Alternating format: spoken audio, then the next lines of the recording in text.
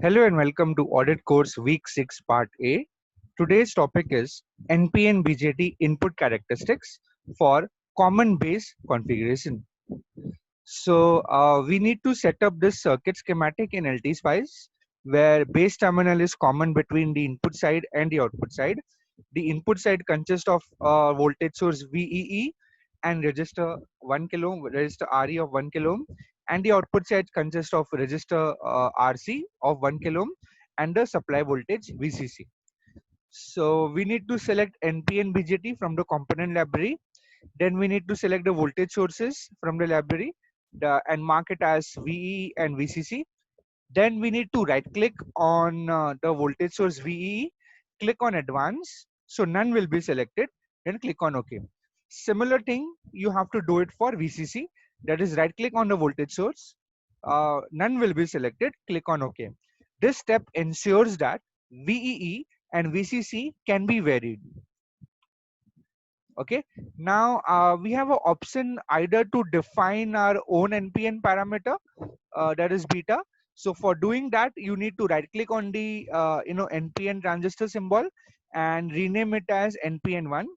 Then from the rightmost corner of LT-SPICE, locate .op, click on it, select SPICE directive and type the following lines. That is .model npn1 npn bf equal to 100.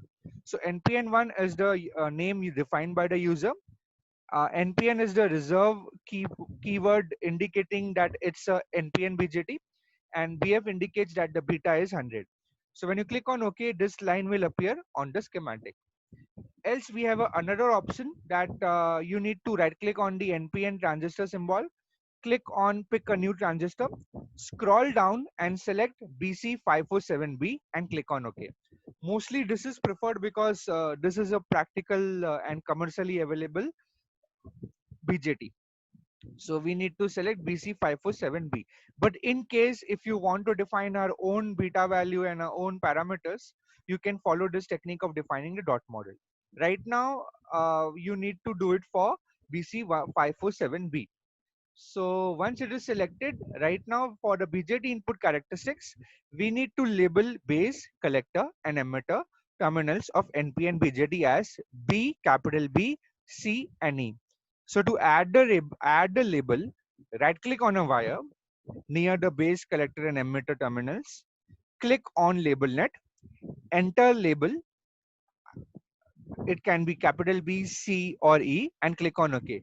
So once you click on OK, the labels will be appearing as follows: emitter, E, base and collector. So capital E, B and C. So this is how you label the input terminals, the three terminals of the BJT.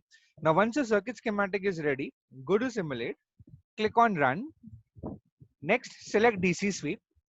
Then there will be you will get an option to enter the name of the first source to sweep. Enter it as capital VEE, the same way you have entered the name of the source. Type of sweep will be linear, start value 0, stop value 2 and increment will be 0.1. Now in the next option, we need to select the name of the second source. So that will be VCC. The type of the sweep will be linear, start value 5, stop value 20 and increment will be 5. So this step means that we are varying the value of VE from 0 to 2 volts in the step of 0.1 and we are varying the value of VCC from 5 to 20 in the steps of 5 and click on OK. So your DC.DC V0 to 0.1 and VCC 525 statement will appear on the schematic. At the same time, a new window with x-axis from 0 to 2 will appear. Now for plotting the input characteristics, that is in this case IE versus VB. So after the blank window will pop out with x-axis going from 0 to 2. Right click anywhere inside the blank waveform window. Click on add trace. Select IE of Q1, that is emitter current of Q1 and click on OK. One care you have to take that you need to right click on you will observe a curve definitely of IE versus VBB. But in case of LT-SPICE, there is some problem in plotting the emitter current. So you need to right click on the emitter IE of Q1, in the expression editor will open up. Enter the minus sign in front of this I of Q1. This is to compensate the limitation or the error which you get in plotting the emitter current in LT Spice. So if you do that, it will work properly. Don't bother about the minus sign, just add it. So whenever you get the select the value of IE1 in the expression editor, only add a minus sign before, okay, to get the correct results. So as soon as you will observe a curve of IE versus VBB, it will be something like this. But we wish to plot IE versus VBE. So for that, you need to right click on the x-axis of the plot. Now you will see that the quantity plotted will be VBB. Change it to minus of VE. So you write this minus of V bracket capital E. Remember, we have labeled the emitter terminal, base terminal, and the collector terminal as capital E, B, and C. So you need to do it this way. Why we need to do it this way? Since the base terminal is grounded, it's a common base configuration. So VBE will be VB minus VE, where base is 0 volts. So 0 minus V. So VB is nothing but minus of VE. So when we plot minus of VE, we are plotting VBE only. So change the x-axis to from VBB to minus of VE. Click on OK. So your desired plot of IE versus VB will appear. So this will be the plot, how it will look like. So if you look closely, it will be very, very inseparable. It will be very close to each other. So IE will be in milliamperes and you will get your VBE at various values of VCC, that is 5, 10, 15 and 20.